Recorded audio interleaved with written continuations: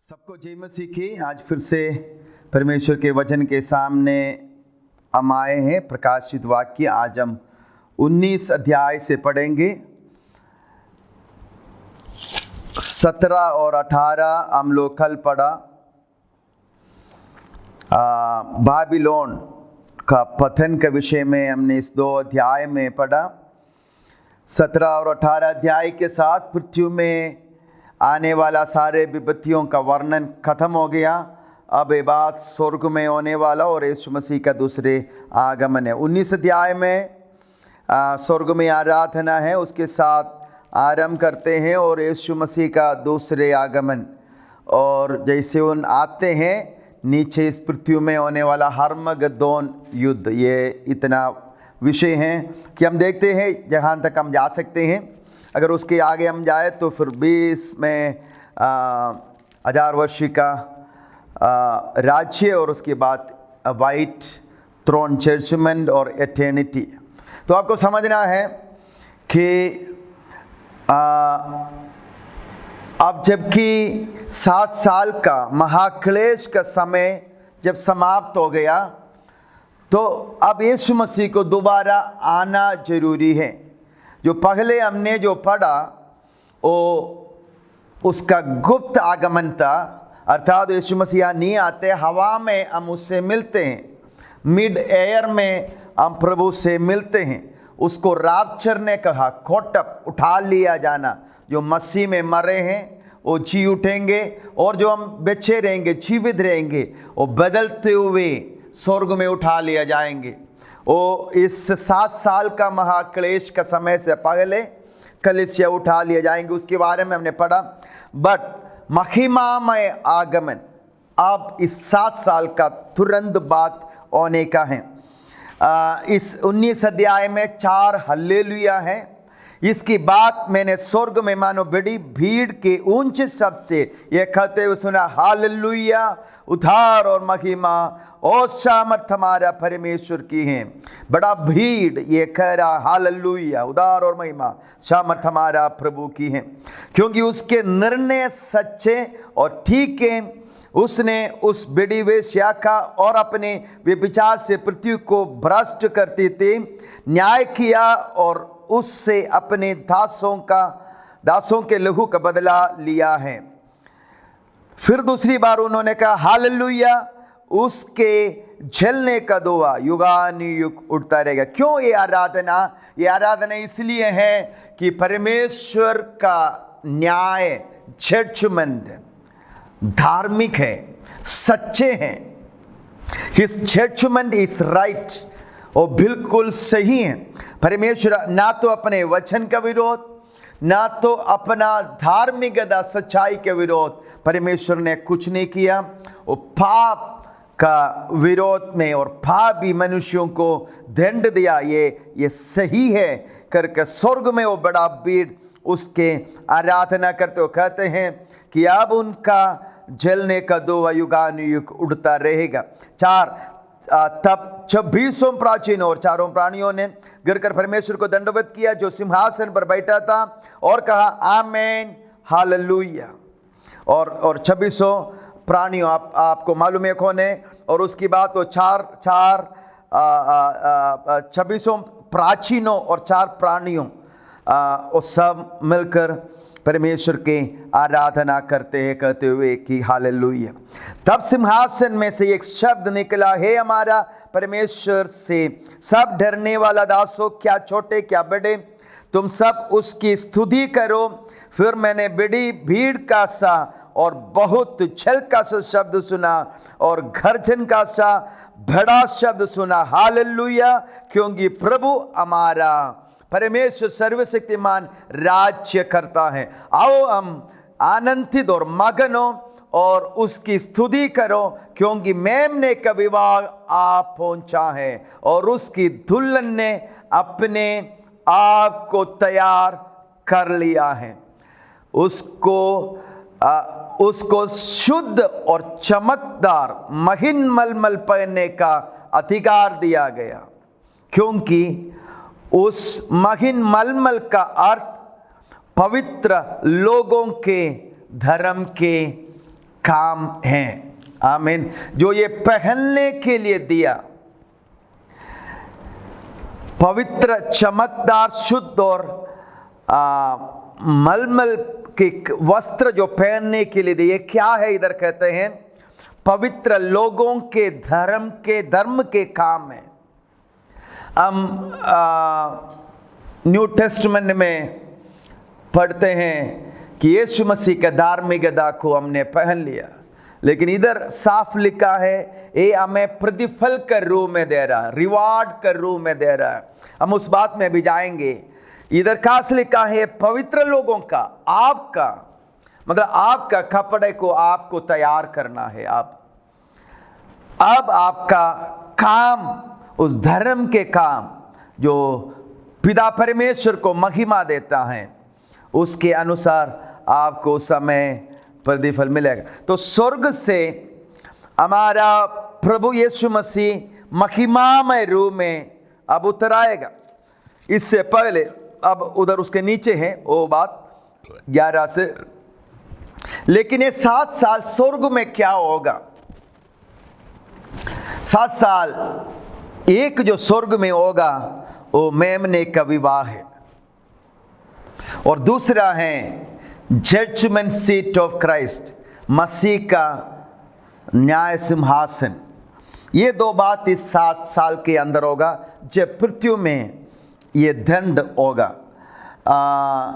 हम जानते हैं प्रभु के कलीसिया मतलब जो यीशु मसीह पर विश्वास कर अपने पाप को अंगीकार कर पिता पुत्र पवित्र आत्मा के नाम पर बपतिस्मा लेकर उसके वचन के अनुसार जीवन बिताने वाला, सारे पृथ्वी में रहने वाला, कोई भी कुल का, कोई भी भाषा का, कोई भी जाति का लोग है, वो सब कलीसिया है ना, यूनिवर्सल चर्च है, वो मसीह का देह है। लेकिन वचन में देने वाला एक बहुत अच्छा चित्र है कि कलीसिया दुल्हन है, प्रभु के दुल्हन है वो। यहाँ पर उसके अनुसार उस विवाह के बारे में कहते, इस समय 1-2 वचन में आपके लिए पढ़ना चाहते हैं। 2 कुरिन्थियों की किताब उसके 11 अध्याय और उसका 2 से, क्योंकि मैं तुम्हारे विषय में ईश्वरीय धुन लगाए रहता हूँ, इसलिए कि मैंने एक ही पुरुष से तुम्हारी बात लगाई है कि तुम्हें पवित्र कुंवारी के समान मसीह को सौंप दूं। पौलुस कहता है, कलीसिया से कहता है, मैं तुम्हारे बात एक ही पुरुष से लगाया है कि तुम्हें एक पवित्र कुंवारी के समान मसीह को सौंप दूं। और उसका डर के विषय में पौलुस 3 वचन में कहता है, परंतु मैं डरता हूं कि जैसे सामने अपनी चतुराई से हवा को बहकाया, वैसे ही तुम्हारा मन उस सीताई और पवित्रता से जो मसीह के साथ होनी चाहिए कि भ्रष्ट ना किया जाए। पौलुस कहता है, मैंने एक पुरुष से तुम्हारा बात लगाई है, एनगेजमेंट कर दिया है। किसके साथ? मसीह के साथ, ताकि मैं तुम्हें उसके हाथ में सौंप दूं। क्या बात है जो इसके बीच में हमें भ्रष्ट कर देगा। जब एक कुंवारी लड़की के विवाह के बाद जब एक पुरुष के साथ किया जाते हैं, उसका जिम्मेवारी है जब तक विवाह ना हो वो विश्वास से योग्यता के साथ उसी का इंतजार में रहे, वो कहीं और ना जाए और कहीं गलत काम में ना फंसे, उसी का इंतजार करे। दूसरा है कि जब एक लड़की के विवाह के बाद जब लगाते हैं तो उसका मन केवल उसी बात में लगा रहता है, उस विवाह की ओर सोचते रहता है। अगर फोटो है फोटो देखते रहते हैं, अगर कोई और बात करने का मौका है बात करते रहते हैं। घंटों बात करेगा तो पता ही नहीं चलेगा, समय निकल जाएंगे पता नहीं चलेगा, क्योंकि वो प्रेमी हो जाते हैं। तो कलीसिया, हम जब यीशु मसीह के साथ हमारा बात लगा दिया है, बात हो गया है कि हमें ध्यान रखना है कि हमारा ध्यान उसी के ओर लगा रहे। हालेलुया। हमारा आमीन, हम उसी को देखते ही रहे और हम विश्वास योग्यता के साथ जबकि उसके साथ हमारा बात हो गया है, किसी के साथ किसी के साथ गलत काम ना करे, जिसको व्यभिचार बोलते हैं। वो क्या है? किसके साथ व्यभिचार कर सकते हैं? शैतान के साथ, है ना। प्रभु पर आने के बाद भी प्रभु को, यीशु मसीह को छोड़कर और किसी के पास जाना और लोगों के पास जाना व्यभिचार है।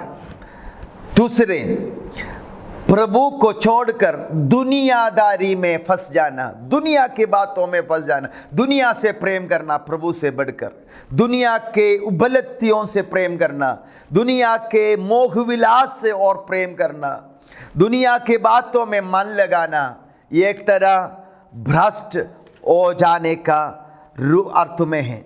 तो हम इस बात को जानते हैं कि हमें यीशु मसीह के आगमन तक हम अपने आप को एक शुद्ध कुंवारी के समान तैयारी में रहना है। आपको मालूम है, ये 10 कुंवारी के दृष्टांत यीशु मसीह ने कहा। 5 लोगों के पास उनके कुप्पी में भी तेल थे, उनके दिया में भी तेल थे। आमीन। जब प्रभु आए, आमीन, उनके स्टोर थे, कुप्पी में तेल थे, वो दिया जलाकर प्रभु के साथ चले गए। लेकिन 5 लोगों के पास तेल नहीं था, वो सो गए थे उसके आने का देर होने के कारण। तो हमें यह समझना है, हमें उसके आगमन के लिए हमेशा तैयार रहना है।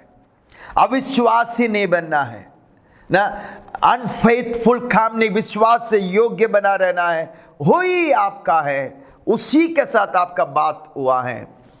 आमीन। आप एफेसियों के पत्री में भी इस बात को पढ़ते हैं कि यीशु मसीह और कलीसिया का संबंध कैसे है, कि एक पति और पत्नी के रूप में। इसको भी पढ़ें कि इस समय समझना जरूरी है। एफेसियों का पत्री 5:25 से जो पढ़ेंगे, लिखा है, ये पतियों अपनी अपनी पत्नी से प्रेम रखो, जैसा मसीह ने भी कलीसिया से प्रेम करके अपने आप को उसके लिए दे दिया। मेरे प्रिय, यीशु मसीह से प्रेम करने के लिए आपसे कहता है, तो इधर लेकर यीशु मसीह पहले आपसे इतना प्रेम किया कि अपने आप को दे दिया। आमीन। कि उसके वचन के द्वारा जल के स्नान से शुद्ध करके पवित्र बनाए। उसके वचन के द्वारा, उसके वचन जो जल है उसके द्वारा आपको शुद्ध कर रहा है। यूहन्ना रचित सुसमाचार 15 अध्याय में लिखा है, अब सुना हुआ वचन के द्वारा तुम शुद्ध हो। यीशु मसीह ने कहा, अगर मैं तुम्हें नहीं धोता, अगर मैं तुम्हारा पाँव नहीं धोता, तुम्हें मेरे साथ कोई संबंध नहीं है। तो यीशु मसीह निरंतर आपको शुद्ध करते हैं, ये लिखा है। अपने आप को आपके लिए दिया और उसके साथ आपको तैयार करते हैं, और उससे एक ऐसी तेजस्वी कलीसिया बनाकर अपने पास खड़ी करें जिसमें न कलंक, न चूरी, न कोई ऐसी वस्तु हो, वरना पवित्र और निर्दोष हो। तो यीशु मसीह अपने आप आपके लिए दे दिया और उसके वचन के द्वारा आपको शुद्ध करते रहता है। हालेलुया। इन दिनों में बहुत से लोग यही वचन सुनते हैं। हालेलुया। इसलिए उसको लगता है कि कभी भी प्रभु अब आएंगे, और ये सत्य है। तो बहुत तैयारी में रहता है, लेकिन हमें नहीं मालूम प्रभु कब आएंगे। ये वचन में लिखा है, ऐसे घड़ी पर में तुम्हें जब तुम सोचते भी नहीं हो, तो हमें हर समय तैयार रहना। तो प्रभु अपने वचन के द्वारा हमें तैयार करते हैं, वचन के द्वारा हमें धो के हमें शुद्ध करते हैं, ताकि हम उस तेजस्वी कलीसिया बन जाए जिसमें ना तो कोई झूरी, ना कलंक और ना ऐसे कोई वस्तु हो, बल्कि पवित्र और निर्दोष। इस प्रकार ऊंची देह की पति अपनी अपनी पत्नी से अपने देह के समान प्रेम रखे, अपनी पत्नी से प्रेम रखना, क्योंकि किसी ने अपने पत्नी को पालन पोषण करना उसके विषय में लेकर, जिसे मसीह ने किया। उसके नीचे 31 से पढ़ूंगा, इस कारण मनुष्य अपने माता पिता को छोड़कर अपनी पत्नी से मिला रहेगा और वे दोनों एक तन होंगे। और ध्यान से सुनिए, ये भेद तो बड़ा है, ये भेद है, मिस्ट्री है। मिस्ट्री मैंने कहा जिसको परमेश्वर जानता है और जिसको परमेश्वर प्रकट करना चाहते हैं उस पर प्रकट करते हैं, वो है भेद। ये भेद तो बड़ा है, पर मैं यहाँ मसीह और कलीसिया के विषय में कहता हूँ। आमेन। ये बहुत तो बड़ा है। क्या है? पति और पत्नी का रिलेशनशिप के विषय में उनका उत्तरदायित्व, उनके जिम्मेवारियाँ, उसके द्वारा जो आशीष हो, सारी बातें कहकर कलीसिया और मसीह के बारे में कहते हैं। तो ये विवाह कब होगा? ये विवाह जब हम उठा लिए जाएंगे, कलीसिया रैप्चर, कलीसिया जब उठा लिए जाएंगे, ये 7 साल में मिड एयर में, मध्य आकाश में ये विवाह प्रभु के साथ होगा। जब हम उससे मिलेंगे उधर इस विवाह होंगे आने, और इधर पृथ्वी में क्या होगा? शैतान के साथ एक झुंड का विवाह होगा। 666 मोहर लगेगा और वो शैतान के साथ जुड़ जाएगा और मिल जाएंगे। उनका इधर परमेश्वर बाद में उनका विनाश कर देगा। हालेलुया। तो हमें ये बात तो समझना है कि हम प्रभु के लिए कैसे उस दिन के लिए तैयार रहें। तो दूसरा है, इस 7 साल के दौरान में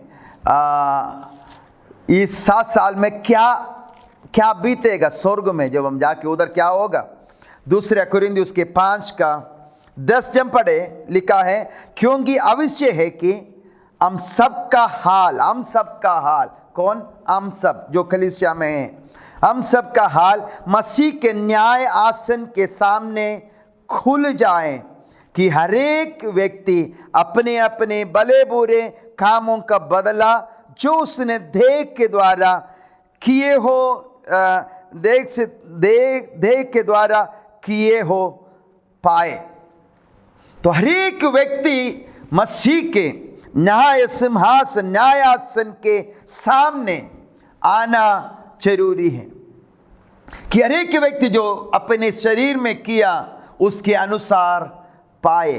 तो जजमेंट सीट, हम इस भाषा इधर देख लिया, जजमेंट सीट ऑफ क्राइस्ट, मसीह क्या न्याय का आसन।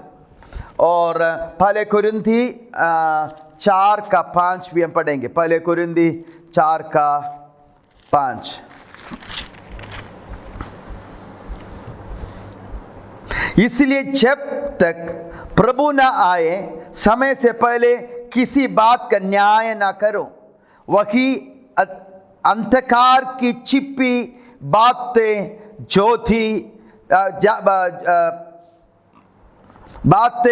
ज्योति में दिखाएगा और मनों के अभिप्रायों के प्रकट करेगा।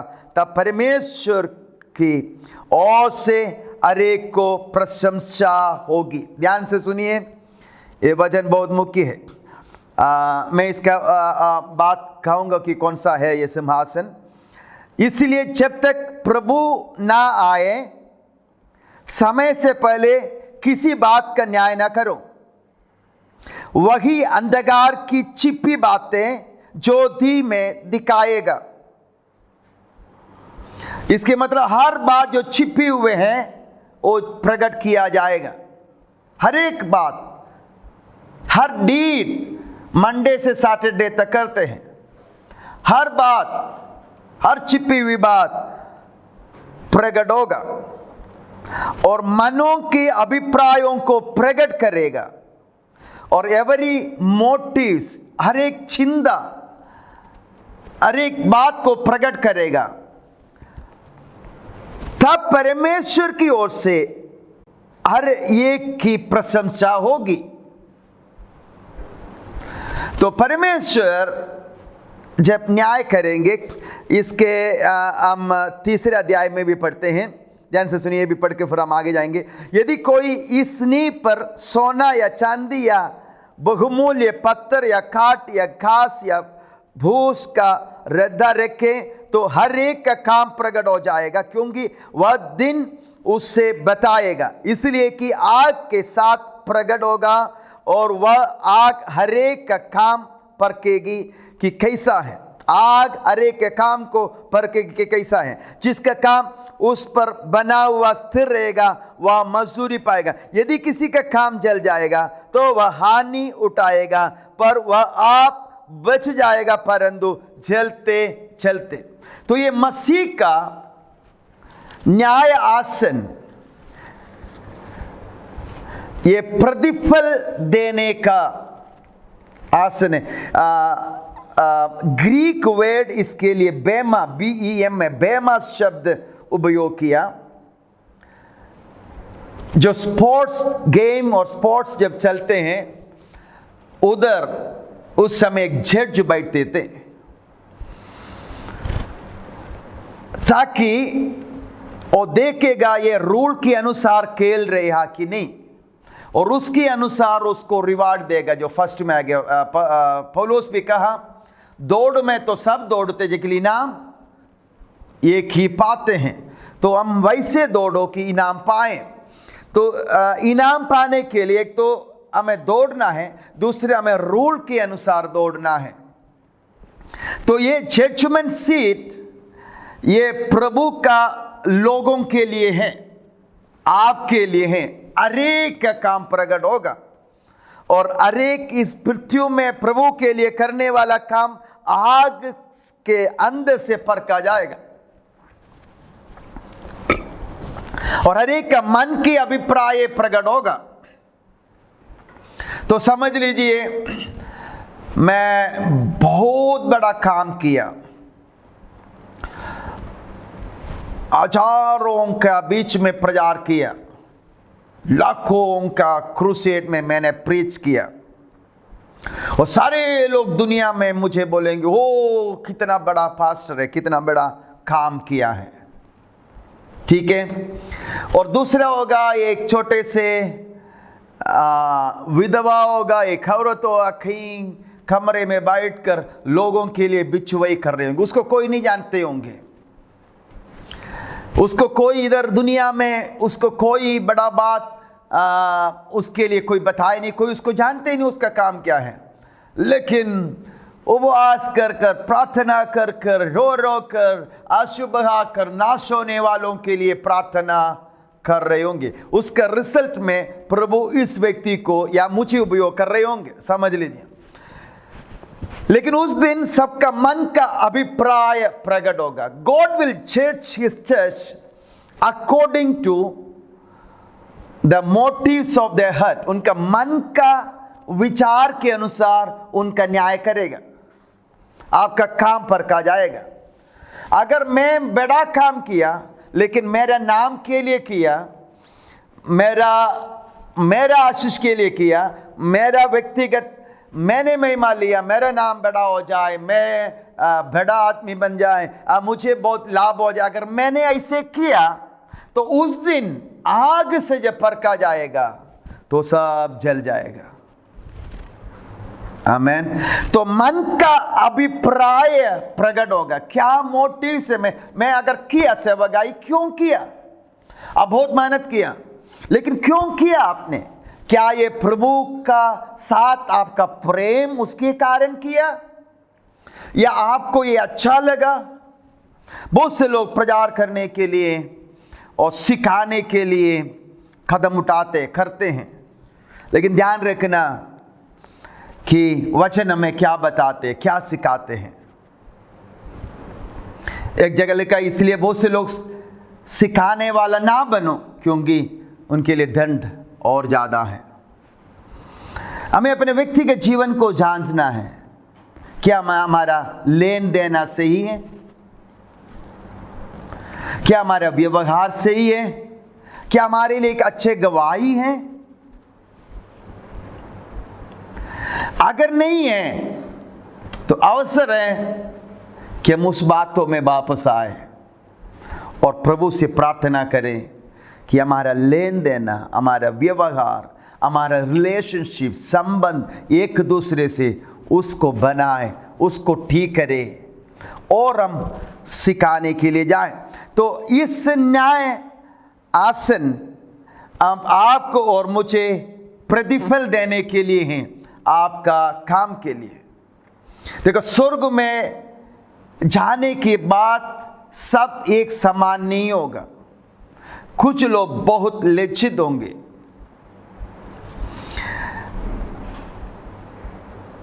आप परमेश्वर की आज्ञा को कैसे माना, कैसे आप अपने आप को पवित्र रखा, कैसे आप उसके सेवकाई किया, ये सारे बातों के ऊपर प्रभु आपको उस दिन प्रतिफल देगा। तो ये सिंहासन के ये न्यायासन के बारे में जब कहें तो कौन है इसके सामने जो खड़ा होगा? वो प्रभु का लोग है, प्रभु का लोग खड़ा होगा और हर काम जांच दिया जाएगा, हर एक काम का हिसाब होगा, हर बात तो आपका मुंह से निकला, एवरीथिंग, हर एक का रिकॉर्ड होगा, हर एक बात जांच किया जाएगा और बिल्कुल राइचियसनेस के साथ होगा, कहीं पक्षपात नहीं होगा, बिल्कुल सही जजमेंट होगा और आपको उसके अनुसार प्रतिफल दिया जाएगा। यीशु मसीह भी प्रकाशित वाक्य के अंत में भी कहता है, देख मैं जल्दी आ रहा हूं और प्रतिफल मेरा हाथ में है। तो परमेश्वर ये जजमेंट से कलीसिया को प्रतिफल देने के लिए है कि हमारे कामों के अनुसार हर एक को अपना अपना काम, उस दिन वो सब कुछ प्रकट हो जाएगा। तो ये दो बात ये 7 साल में ऊपर स्वर्ग में होगा और उसकी बाद यीशु मसीह दोबारा आएगा। जो पहले हमने पढ़ा वो आगमन नहीं है, ये रैप्चर था, उठा लिया जाना था। तो अभी दिस इज सेकंड कमिंग, वो महिमा के साथ स्वर्ग से उतर आएगा। तो मत्ती रचित सुसमाचार उसका 24 में जब आप पढ़ते हैं, ये कभी गुप्त आगमन नहीं है, ये महिमा के साथ आने वाला बात लिखा है 24 का 30 में। तब मनुष्य के पुत्र का चिन्ह, कौन? यीशु मसीह का चिन्ह आकाश में दिखाई देगा और तब पृथ्वी के सब कुलों के लोग छाती पीटेंगे और मनुष्य के पुत्र को बड़ी सामर्थ और ऐश्वर्य के साथ आकाश के बादलों पर आते देखेंगे। तो बादलों पर आते हुए देखेगा, सब उसको देखेगा। और इस आगमन के बाद में, जब 7 साल के बाद में तब आएगा, उनका साथ आप भी होंगे। आमीन। इसलिए फर्स्ट फ्लाइट में जाने के लिए तैयार रहना। पिछले दिन एक प्रभु के दास से बात किया, बोला पास्टर आप सब कुछ तो जानते हैं, प्रार्थना करो यही बात है फर्स्ट फ्लाइट में निकल जाए यहाँ से। आमीन। और यीशु मसीह स्वयं प्रकाशित वाक्य 1 के 7 में लिखा, मैं देख वो बादलों में आ रहा हूँ। तो बादलों में आएगा। प्रेरितों का काम ये आप पढ़ना जरूरी है। प्रेरितों का काम उसका 1:11,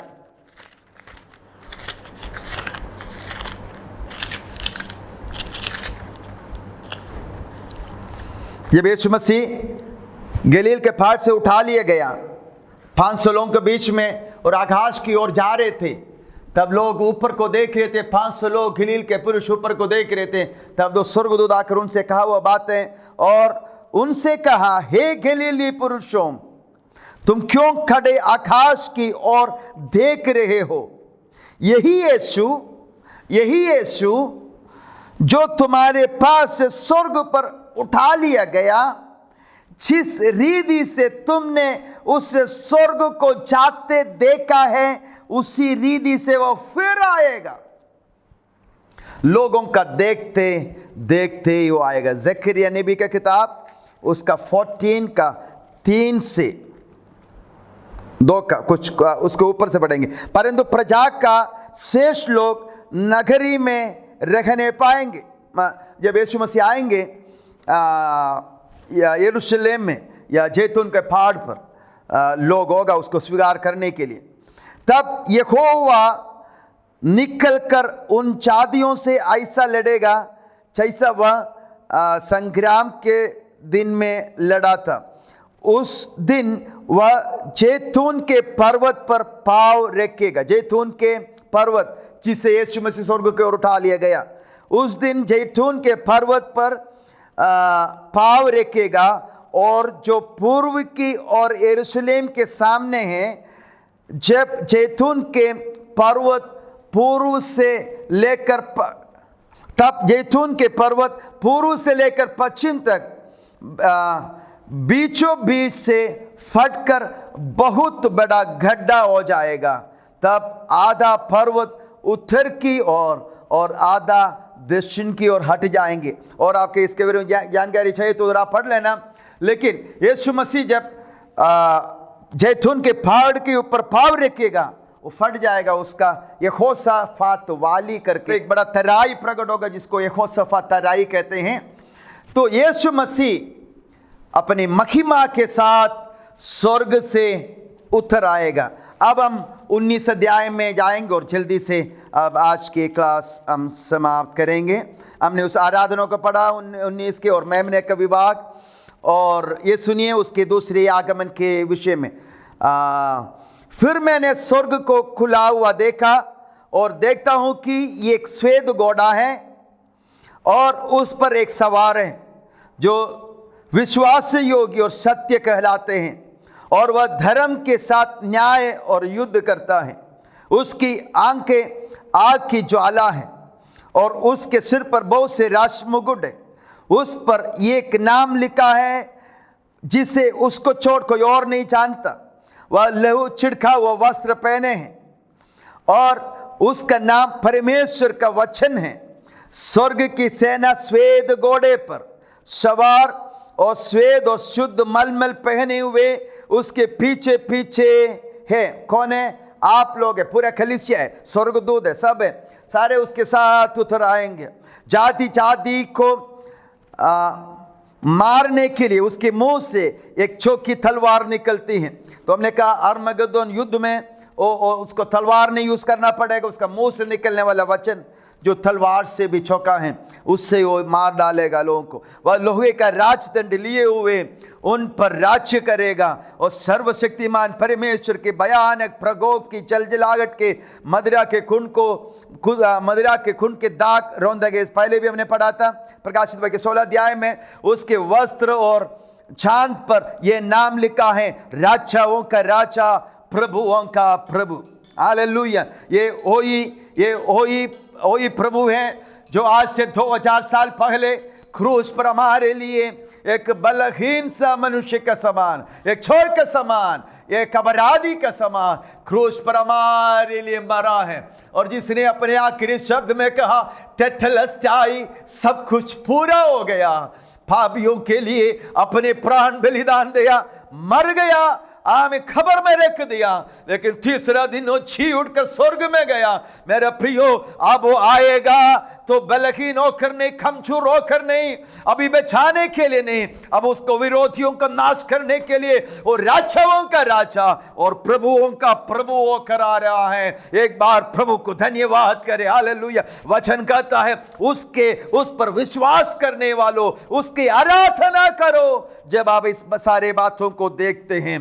हालेलुया, हालेलुया। 17 वचन, फिर मैंने एक स्वर्गदूत को सूर्य पर खड़े हुए देखा था। स्वर्गदूत सूर्य पर खड़े, कितने शक्तिमान होगा उस स्वर्गदूत। उसने बड़े शब्द से पुकार कर आकाश के बीच में से उड़ने वाला सब पक्षियों से कहा, आओ परमेश्वर के बड़े भोज के लिए इकट्ठे हो जाओ। मैं नीचे का भाग आप नहीं पढ़ रहा हूं, ये हर्मगदोन युद्ध है जिसके बारे में आप पहले भी पढ़ा।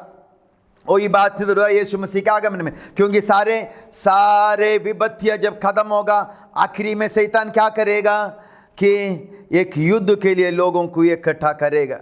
हमने 16 अध्याय में है, हमने कहा कि उसका अथवा कुंड से आया हुआ शुद्ध आत्मा वो जाकर लोगों को भ्रमाएगा। यीशु मसीह के विरोध में युद्ध लड़ने के लिए वो आ रहा है, लेकिन इनका विनाश होगा। प्रभु का मुंह से निकलने वाला शब्दों के सामर्थ में इनका विनाश हो जाएंगे और हर्मगदोन युद्ध खत्म होगा और यीशु मसीह 1000 वर्ष इस पृथ्वी में राज्य करेगा। हालेलुया। पृथ्वी में राज्य करेगा। तो अगला क्लास है 1000 वर्ष के राज्य, तो आप कभी मिस नहीं करना। बहुत गंभीर बात है आपको समझने की। 1000 वर्ष का वर्ष में क्या होगा, खाना मिलेगा या नहीं मिलेगा, है ना, कोई मरेगा, सब जिंदा रहेगा, ये सारी बातें।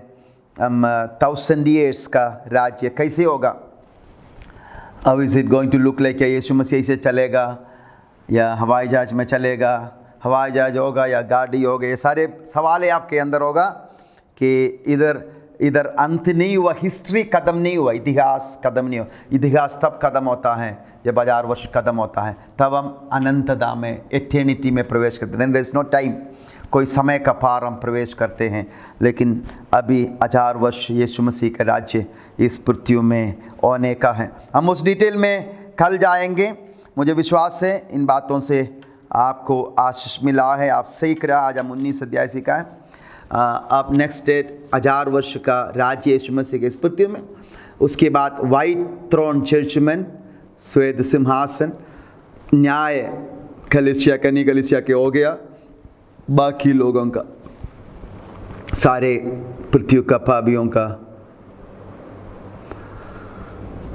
न्याय होगा।